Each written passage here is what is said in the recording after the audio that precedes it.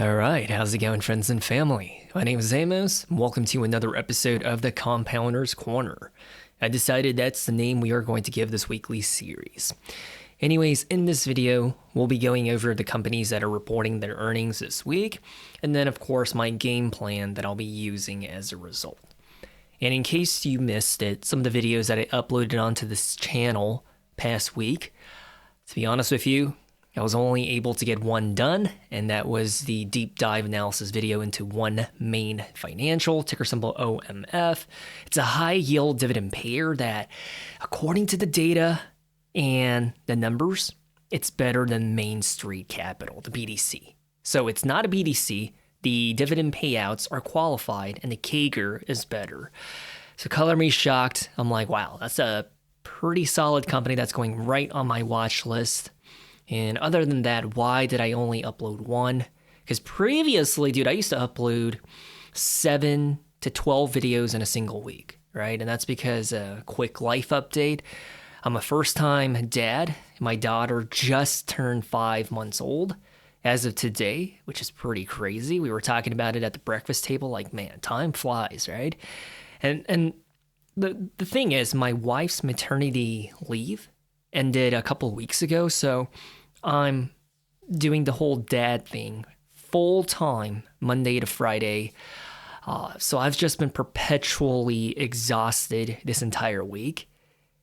Case in point, she's going through her 4-month sleep regression, which means she's waking up every 30 minutes, every hour and a half throughout the night. Dude, it's pretty rough. I think on average, I'm getting like 3 hours of sleep a night, and it's starting to wear on me. And I'm not even saying that to show off like, oh, look how hard I am. Yeah, David Goggins, give me a high five. No, like legitimately, I would love to sleep at least 6 to 7 hours, but it's just not possible with a baby that's going through, I guess, a growth catalyst. Because the new skill that she just unlocked is the ability to roll over as of yesterday. So that's kind of cool, right? So I think that's like the step leading up to a baby being able to crawl. But anyways, what do we got going on this week? So as you can see on your screen right now, we have some of the more, I guess, heavy-hitting retailers, such as Five Below on Wednesday, Dollar Tree on Monday, Macy's, if you guys even care about that. Like, I just don't see the value add of investing into Macy's. I mean, that's Wednesday before the markets open. We also have Supply Chain King in FedEx. We also have a food CPG company, General Mills, the parent company of Blue Buffalo Pet Foods. And we also have Lululemon, who's currently at their 5-year low stock valuation. It's kind of crazy to see. It's one of my wife's most favorite retail clothing brands, but as an investment, I probably wouldn't go near it. And then scattered throughout the week, there's a handful of Chinese companies that are reporting as well. I think the biggest one is the Alibaba. You can think of them as like the Amazon of China.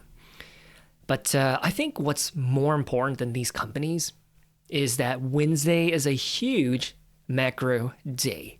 Because on Wednesday, we get the Federal Reserve's interest rate decision. Are they going to cut the rates? Are they going to just keep it as it is? Are they going to raise it? Right? I think right off the bat, as a dividend-oriented investor, if the rates get cut, BDCs are going to continue selling off. I know there's some people that are thinking that this might be the bottom for them. Dude, we are far from the bottom for BDCs, right?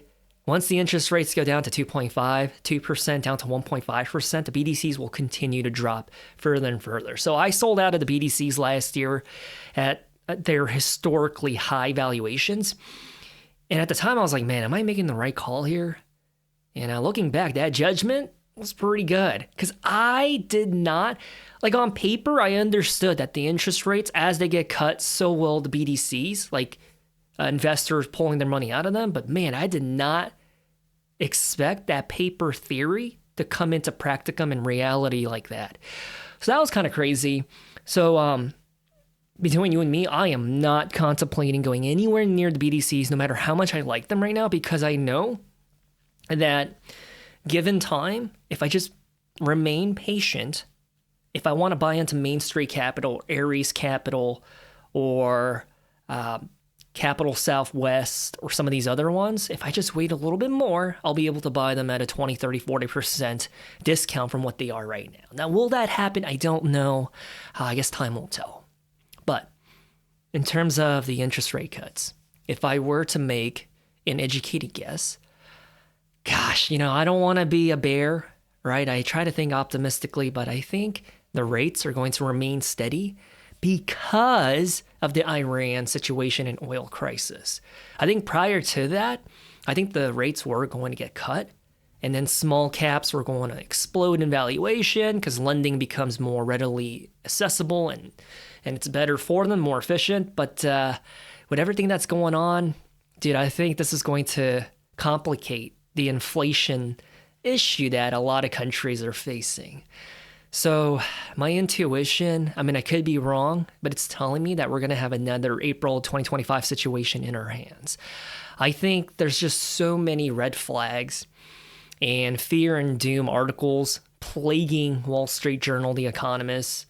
Those are the two publications that I listen to every single day as I wash the dishes or I change her diaper. I just try to stay up to date with what's going on, dude. There's just so much fear plaguing the markets. And when the sentiment gets as bad as this, the money starts pulling out. And I'm not talking about like amateur or retail investors like you and I. I'm talking about the big hedge funds, the billionaires. They start whipping out their money and they start hoarding cash. Right, they adopt that Warren Buffett, Berkshire Hathaway mentality. But anyways, what do I mean by April 2025 situation? So last year, I think that's when all of the major tariffs were announced. And dude, the stock market went haywire, right? Everything went down 40, 50, 60. I think some stocks even went down as low as like 70, 80% from their current valuations, leading up to April 2025. And I remember, if you were to read some of the investing forums or watch YouTube content, people were saying this was the end. The future, the S&P 500, as we know it, it's going to be all over. But for me, I saw it as an opportunity. Because if you just look at the data, the timeline, and the history of the stock market, there's always been catastrophic events happening. But time and time again, it rebounds and rallies to a new high. So I don't know. I guess I just look at the evidence, the objective truth. And so I just put my money where my mouth is, and I put everything, I took advantage of it, and I put everything into Google, Microsoft, NVIDIA, Oshkosh Corporation, and I think a handful of other companies that I can't remember off the top of my head. But every single one of them, as you know, they eventually recovered, right? And they rallied back to all-time highs. And then towards the end of 2025, look, this is not a popular statement, but I sold out of all of them for good gains, right? Because I think most investors, especially the ones that watch this channel, were long-term focused, right? 5, 20, 30-year time horizons. So consequently, I caught a lot of heat for that decision when I said, hey guys, I'm selling out of everything. I'm going to go into cash. But here we are. Right? Like, I'm not trying to say that I can tell the future, but high quality names are going into the red day after day again. Like, did I know Iran was going to happen? No. Did I know Venezuela was going to happen? No. However, I'm here to tell you that I'm ready to do it all over again. And I say that based on the premise of the Fear and Greed Index. I've been monitoring it in the morning and at night. It went from like 50 down to 40, down to 30, down to 20. And I think this upcoming week, leading up to the federal funds decision, it's going to be in the teens, right? Like 12, 13, 14. And between you and me, like, it doesn't sit right with me. And I think it's really unfortunate that I had to adjust and modify my investing strategy since January of 2025, because this trigger warning, you might get pissed off, but with the current administration, it's difficult and a challenge for me to buy and hold because of how volatile everything's been. And I'm not blaming that on the party in power, right? But it's just the nature of the beast, right? We're seeing stuff happen that hasn't happened in the past, right? Especially with policy making, especially with the power dynamics, especially with tariffs and everything else. I'm not trying to insinuate good or bad, okay? But the ramifications, the output, and the results, stocks have been volatile, right? So that's why I adjusted, right? I'm not using the exact same game plan that I did when the Democrats were in power. I'm using a different playbook right now. Then again, I guess on the flip side, it's also given the disciplined investors a lot of buying opportunities whenever the markets sell out of fear. So for me, at least until 2028, I'm going to be kind of short-term focused. Like buy into the dips, buy into the fear, and then when it rebounds or rallies, I'm going to jump ship. Now, historically, that's not how I operate, right? I tend to just buy and hold and allow my positions to compound. But what we have been seeing, especially for the past 15, 16 months, that's just not the case. Like if you're patient enough, if you really like Microsoft, Google, Nvidia, Palantir, if you really like Intuit, if you really like fill in the blank, if you're just patient enough, you just have to wait for the headlines. You just have to wait for a tweet on X or on Truth Social, and that thing can go 20, 30, 50% off and buy it at a 50% discount. That's just my logic. I'm not trying to say that's right or wrong, but that's just the game plan that I've been using. And yeah, I guess that's an interesting aspect of investing, right? Because I think prior to January 2025, I used to be more black and white, like using objective truth to steer the ship. Like I will do X if Y happens, but instead I had to be a little more flexible, play with how the market's playing. And so, yeah. Anyways, now let's jump into each day of the week into a little more detail and talk about the other stocks that are reporting. All right, so to kick things off on Monday, I think the biggest name is Dollar Tree. This is a company that I bought into and I jumped ship with a lot of profits back in the past. But it's kind of crazy to see that the expectation right now is for their revenue to have dropped by 33%, as well, for this quarter at least. So if we just take a look at what's going on with them, my goodness gracious. Do you know why that revenue is dropping? It's because they had a divestiture and they got rid of the Family Dollar brand. Because when I was getting my MBA, we had a Family Dollar near our store. The logo is like orange. I don't know why they call it dollar. When you go in there, a lot of the items are like $15, $20. It's kind of like a Dollar General. And I kept thinking to myself, like, man, this doesn't really align with Dollar Tree. Because Dollar Tree, I think the brand, it resonates with a lot of like budget-wary customers that are conscious about the price of stuff. But with Family Dollar, it didn't really make sense. And so once they got rid of it, for me, I thought that was a really good decision. But let's take a look at what has happened to them. So I bought into them during this dip right here in 2021 because they were talking about how they were going to raise the prices and all of that debacle, and the investors weren't really, they were like, oh, what's going to happen to that? Are the customers going to boycott? Are they going to love it? I bought into the fear, and then I sold out of them when they had their little pop. So to be honest with you, it's been like 4 years since I've taken a look at this company. To be honest with you, I'm not really interested in investing into Dollar Tree, especially with inflation and everything else. And the fact that they're selling their items for $1.25, or I guess $1.50, I feel like the margins are not going to be that lucrative for them. I mean, retail as a whole, like Walmart's net profit, especially for their stores, is like 2%. It's razor thin. I think grocery stores is like 1.5%. But if we were to look at Dollar Tree's profit margin, oh my gosh, that's actually 12.4%. That's actually a lot better than I expected. So that means that cheap crap that they're selling that they imported from China, Probably cost them like a nickel to produce, but I think with the shipping and the transportation of it, I think that's where all of the costs get baked in. But yeah, that profit margin is pretty good. Anything else on Monday that's relevant? I can't believe this is a publicly traded company. Getty Images Holdings. They're the ones that have like copyright patents on so many random photos whenever you look for an image on Google. Can't believe that's publicly traded. And then obviously there's also Playboy, which I don't know why you would invest into that. Like, I just want to take a look at their financials, for crying out loud. It's $1.68. Of course it's a penny stock. Maximum timeline, they debuted during the SPAC frenzy in the pandemic for $10. They had a high of about, roughly $50 a share, and now it's $1.68. Bro, if you're invested into Playboy, I don't understand you. Like, yeah, doesn't make any sense, right? Let's jump on over to Tuesday, March 17th. We have Prudential.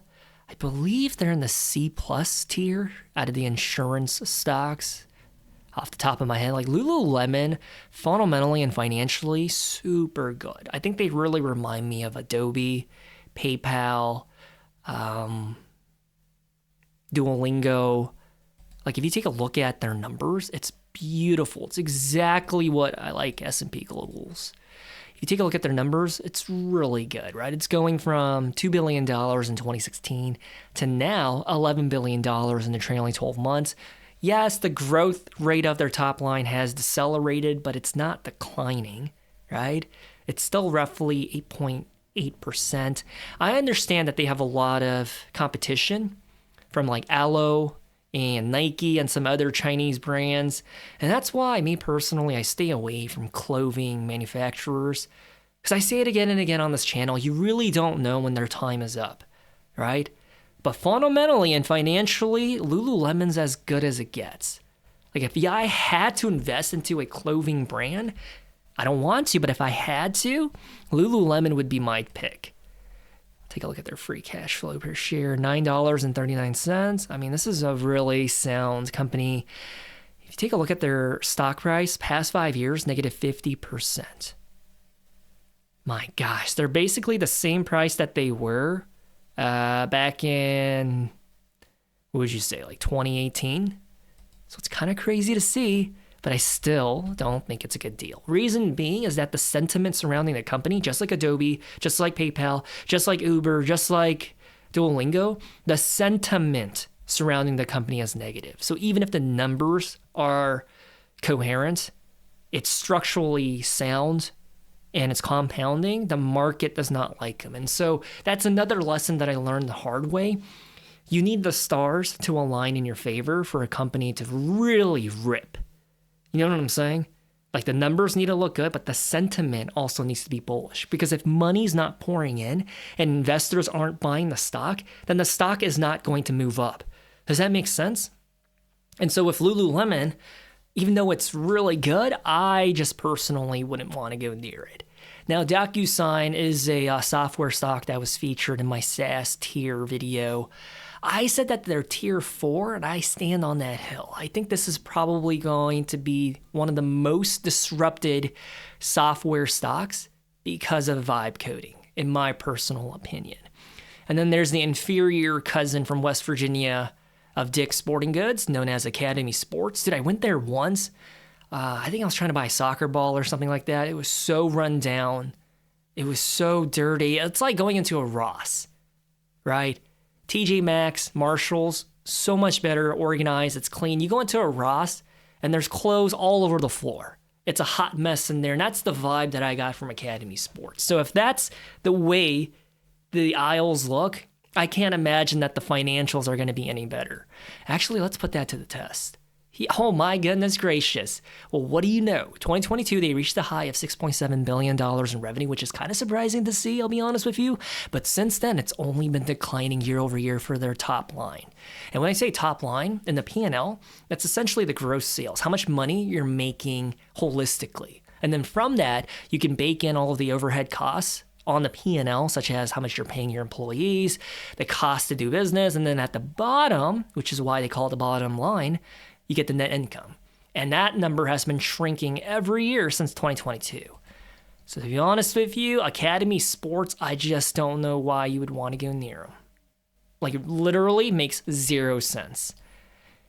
The reason why I say that, I'm not trying to be rude or step on toes or slap you in the face. I'm not trying to be that guy, but like, there's so many high quality stocks, correct? So why bother going near the ugly ones? The ones that have that armpit BO, the ones that have a hairy back. You know what I'm saying? Why not just go near the high quality ones? Especially knowing full well that there's high quality names on the discount as of right now because of the SaaS sell-off. That's all I'm trying to say. Then again, let's see. Anything else on Tuesday? I think these are way too small. I don't entertain any company where their market cap is less than 500 million. Why? Because of the volatility. Yes, the upside is there, right? For a company with the market cap of like 300 million, for them to turn into a $3 billion market cap in like 5x, so much easier than it is for a company like Nvidia where their market cap is like, what is it, 4 trillion or something like that. For them to 5x would be statistically almost impossible in terms of on a day-to-day basis. For a small cap, that can happen easily. You can see a small cap rip 80% on a single trading day. But for Nvidia, even on a very profitable, happy market day, you'll see them go up like, what, 5-6%? So, I guess, what am I even trying to say here at this point? But for small caps, yes, that's the upside, but also on the downside, say they're currently trading for like $10, you could easily see them go into $2 a share by the end of the day, and you would have lost 80% of your capital. Whereas with Nvidia, the up and down, it goes up by what, 5-6% into the green or 5 or 6% into the red. So it kind of protects you because of how massive a company is. So me personally, I prefer companies with at least a market cap of 500 million, but it would behoove of you to only entertain companies that have a market cap of at least $1 billion. That way you know that they're proven, battle-tested, and that their sentiment is, well, sentiment's the wrong word. Let me think about that. My apologies, I had a brain fart. I think the word that I was looking for is the predictability, to have a little less risk. I mean, obviously, every stock has the potential to go down by 50%, but more often than not, the bigger the company, the lesser the fall on a day-to-day basis. Anyways, as we go on to Wednesday, we've got Micron. They're currently benefiting from the SSD reallocation into data centers. So as a result, like, dude, I've been trying to buy a new workstation, I guess a computer, for the past year. Now, obviously, with the baby, I've been having to pause that and reallocate the funds to diapers and all this other stuff. But, dude, just for fun, I was building my own custom PCs, and I'm like, dude, why is the price of SSDs, the price of RAM, why is it going through the roof? Well, that's because less and less manufacturers are willing to build consumer products. And instead, they're just trying to dedicate all of their supply chain and manufacturing to the hyperscalers, namely Meta, Amazon, Google, Microsoft, Oracle, because it makes sense, right? They're willing to pay billions of dollars. So why bother making a product that a stupid guy like me in Japan would pay, $40 for, right? But it's also kind of sad. So sad in the sense that there's people like me that are like, dude, we need to get a new PC, but I'm at that point where I'm trying to wait it out, because I'm sure there's going to be another company that's going to sprout out, because that's capitalism, right? Supply and demand. There's obviously a need for consumers to be able to buy SSDs and RAMs that don't cost $500. That cost, I don't know, $80, $100, depending on the configuration. And I'm sure that's going to come up soon. But that's something, dude, it's not even procrastinating. It's just, every single time that I use my computer, which I push it to the max, right? I film, I edit, I record videos. Well, I can't say every day anymore, but I used to do it multiple times a day, every day. And as a result, my computer, it's 6 years old. He's on his last leg, and I'm trying to get his replacement the QRF, the support, the reinforcements to come. But I'm waiting just a little bit more. Or I might just jump ship into the Apple ecosystem because apparently the Mac Mini, the M4 series, is pretty capable. And yeah, that's something I would have to look into. But anyways, in Williams, Sonoma is one of the more popular dividend-paying stocks. Take a look at their profile. 20 years of raising their dividend payout. Ratio is 28%. Dividend growth rate is 16%. I can see why people like it. Me personally, I'm not really interested. It's the parent company of a whole boatload of brands that sell furniture, such as West Elm, Williams Sonoma, and obviously Pottery Barn. I think this is the company that Target wants to be, right? Consumer discretionary spending in terms of buying a new table, desk, or bookshelf or whatever. I wonder how their financials are looking. They topped out at about 2023, posted $8.6 billion, and since then it's been dropping and they stabilized. I wonder if that drop is a result of a divestiture. I don't know enough in order to add color, so we'll just move on to the next company. That's something that I would have to take a closer look at, but I'm not really interested. Like, when it comes to furniture, publicly traded stocks, I mean, there's even one called Bob's Furniture. Crazy, right? Bob's Discount Furniture. Like, I don't know, guys. I mean, they just debuted in the stock market last month. And yeah, and I think the reason being is that there's so much competition. There's no economic moat in terms of what would set you apart from your peers or your rivals.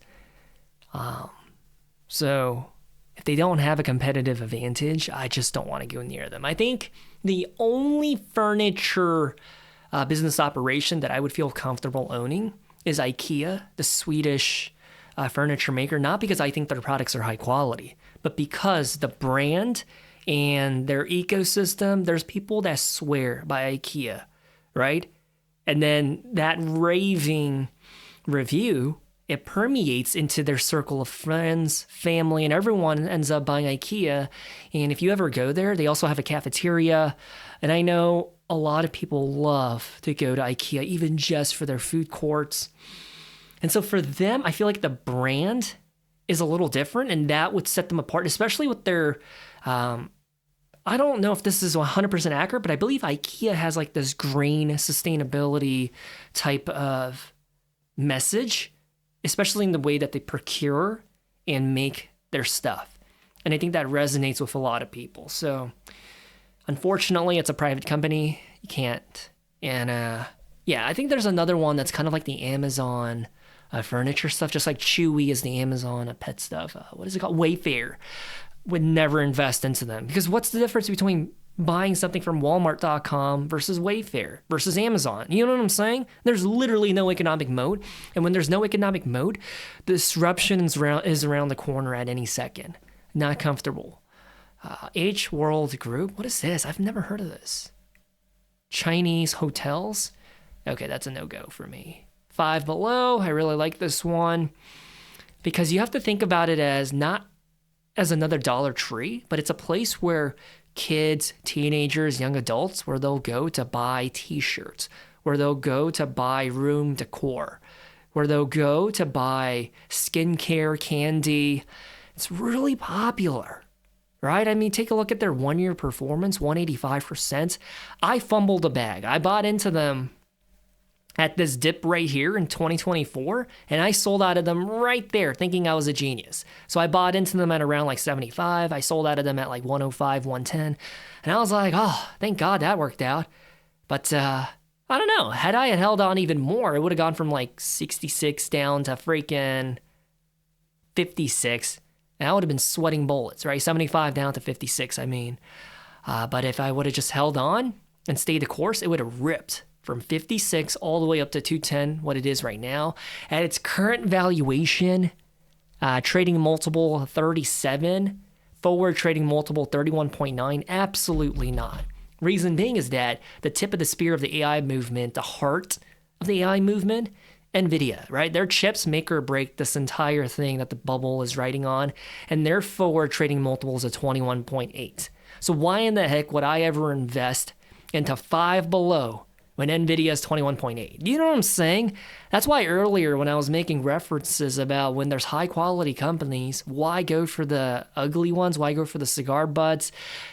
I think NVIDIA is one of them, right? High quality on a discount because of the fears of what's going on, the geopolitical tensions, especially surrounding Taiwan. So, yeah. Anything else? Let's see. There's Red Cat. I think they're a drone manufacturer. I think they're securing some contracts with the government, but me personally, I'm more bullish about Lockheed Martin and their drone endeavors, but also with Kratos. I think Red Cat is pretty good as well, but just not as... I guess not as favorable with me. But if you're invested into them, it makes a lot of sense, right? Because I think what we're learning from the landscape of this Iran situation is that drones is literally the make or break accessory and weapon of war in 2026. I think we're quickly realizing that boots on the ground, I think they shake and they sweat at the thought of a drone going near them, right? Because a drone could take out an entire platoon easily, especially if it self-destructs or if it's carrying a weapon or what have you, which is kind of terrifying. Because when I was an infantry officer, dude, we didn't have to worry about stuff like that, right? I think drones were still in the prototype phase, but now realizing that that's just something that you really got to be on the lookout for is terrifying. Because you could be out on a patrol and a drone could just come out of nowhere and just take down all 4 squads could be taken down in a matter of seconds. And that's just, that's scary. Like when I was operational, I think the big scary threat were IEDs, right? Things that are in the ground that can just explode on contact from rolling over them with our strikers or with our Bradleys. Now we got to worry about stuff that's coming out of the sky. And it's like, man, if you're serving right now as a grunt in the Army or in the Marine Corps, dude, I feel for you. That must be terrifying. Sympathy for you guys, really. And let's go on over to Thursday. Thursday, I think there are some names that I wanted to talk about. I'm going to go ahead and skip Alibaba. I think Accenture is kind of a interesting one, because I think they're going to bring down the rest of the consulting firms with them if things are not rosy. So if you take a look at their past 1 year, negative 40%. Past 5 years, negative 25%. So I think if we were to say, what? They're basically at a 6-year low valuation at 196. And that's because we're finding out that we don't need as many consultants as we did previously, right? AI is taking the work of people everywhere. So I think Accenture, if they can give us some guidance, shed some light of like, hey, enterprises, Fortune 500 companies are paying big bucks to secure contracts for us to help them with some of their dilemmas. I think the other consulting firm stocks are also going to rip, but I just don't see that happening. When I used to work at a pharmaceutical company, it always blew my mind that we would pay thousands of dollars to the McKinsey consultants for them to tell us a whole boatload of nothing. Obviously, they would make a really pretty slideshow that was like 20, 30 slides long, and we would still walk away not knowing what the heck to do. And we can also throw in Gartner into that mix. We can throw in Bain, Boston Consulting Group. Consultants, I think they're smart people, but like the value add, especially for external dilemmas, for them to come in and to shake things up and to give us a fresh perspective. Yeah, there's some value add to that, but the grand scheme of things, I always thought it was a waste of money. Because I would rather have, so I worked on the strategy team, right, for the pharmaceutical company, and we always butted heads with the consultants because they would always say something that's contrary to what we thought was the best course of action. Because we had the full understanding of the landscape of our business enterprise, especially with the supply chain, the marketing, the drug pipelines, and then here comes these kids wearing their suits trying to tell us what to do. And then it would always boggle my mind when the VPs would take their guidance rather than ours, right? And at the end of the day, if the ship sinks, I got to a point where I was like, whatever. If you guys want to listen to these kids, go ahead and implement it and we'll see what happens. But it's kind of a funny situation, right? So Booz Allen Hamilton, they primarily make their money from partnering with the military, but also with some of the three-letter agencies. And from my understanding, they're a little different from quote-unquote traditional consultants because they do staff augmentation. So they'll literally take a butt in the seat for someone's job to implement or roll out a new tech software or platform. So you go to the DMV, you go to the Department of Transportation, Department of Veteran Affairs, you'll have a Booz Allen Hamilton guy working there, but under the Booz Allen payroll. And the funny thing is, they'll send the billable hours to the government for everything, right? Their lunch, the amount of hours they spent that week. But then again, it's also a stressful environment as a consultant because if you're not actively working on a project, you're going to be on the bench. And if you're on the bench for too long, that's how you get let go, right? So I have a lot of respect for consultants, but their world has absolutely been disrupted by AI for sure. And Weibo, Red Cat, I think that's where we were, right? Speaking of which, I wonder if Booz Allen's reporting this week or not. I wonder if we can look that up. Look up earnings for Booz Allen Hamilton. It's a company that I bought into and I sold at a loss after like a week or two. Looks like they'll be reporting in April. It's probably like April 23rd because they just reported on January 23rd. And I think the whole idea is the exact same reason why I invested into Huntington Ingalls, Lockheed Martin, Oshkosh Corporation, because I understood with the current administration that we were going to be ramping up the budget for our defense spending. I mean, for crying out loud, I think they're eyeballing $1.5 trillion for the next budget for just the military, right? And that's going to trickle on down to these contracts to produce more submarines, more missiles, more airplanes, but also more consultants from like Booz Allen, from Lato, from L3 Harris. But the reason why I'm hesitating with Booz Allen right now is because with the whole like partnership with the Doge administration or whatever they're called, I think there's a lot of budget cuts happening in that regard. Does that make sense? Like, yes, we're buying more tanks and making more ships, but at the same time, we're reducing consultants. So when I saw that divergence, I was like, oh, okay, maybe I should just wait. So with Booz Allen, it's a company where for the current administration, I don't feel comfortable going into anymore, if that makes sense. And yeah, I think we were on Thursday. Oh, and there's also Darden, right? This is one of the more, for me, I feel like in the landscape of restaurants, Texas Roadhouse is in the S tier, but I think Darden's a close, I think I would put them into the A tier. This is a company that I've been eyeballing for the longest time and I've never been able to buy into them. Why? Because if you take a look at them, they've always been ripping and they've always been trading for a premium to the point where I just never felt like, as a value investor, the deal was good enough. So with them, obviously, like other restaurants, the only metric that's going to matter is the same restaurant sales. From each location, are they producing more money? And what are the average trips per customer? And this is the parent company of a whole boatload of restaurants that I fancy, I actually really like, such as Chewy's, such as Olive Garden, such as Cheddar's Scratch Kitchen. I don't really like Yard House. And they're also the parent company of Longhorn Steakhouse, which I think they still give a free steak on your birthday with the purchase of an entree. And I think that one is going to take a huge margin hit because of the cost of beef right now in the U.S. Based on my understanding, it's at an all-time high. So we're having a cattle shortage. I really like this company, but I don't... Well, here's the thing. I don't ever want to roll it out, but if they continue going on a sell-off and they drop down below like 140, I will entertain possibly jumping in. They're at 202 right now, And depending on how things go with their earnings, they could drop further, but man, I don't really see that happening. I don't see it happening. Let's go back right here. Let's see. FedEx, I'm not really interested in. And oh yeah, there's York Space Systems. So this is a defense contractor that I disclosed to the Patreon family to keep an eye on.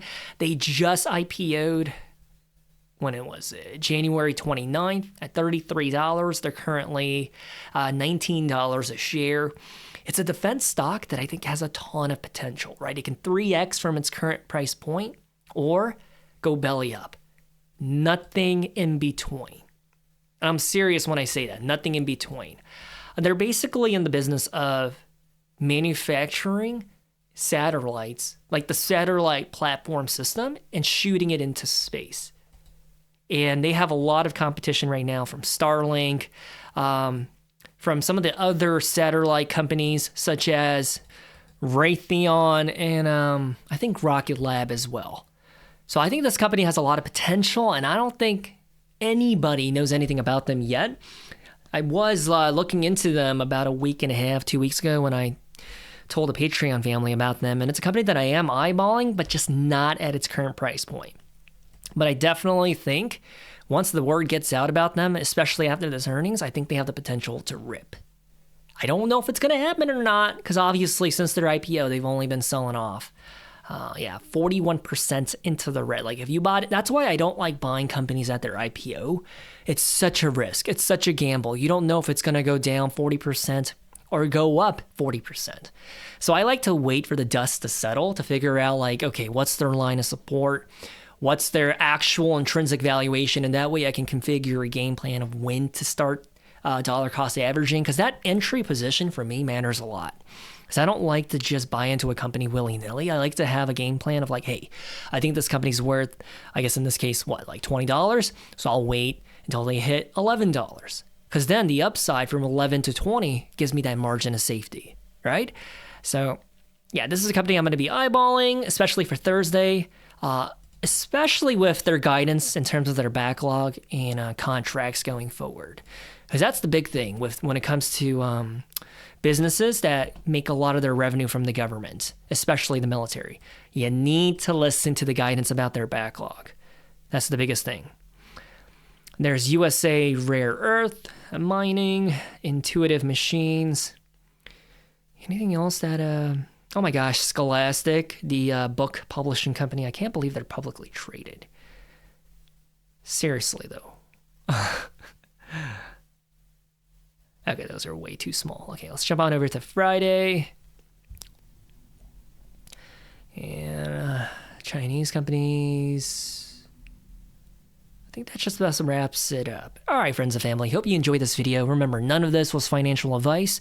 Good luck, stay safe, and I'll talk to you next time. See ya.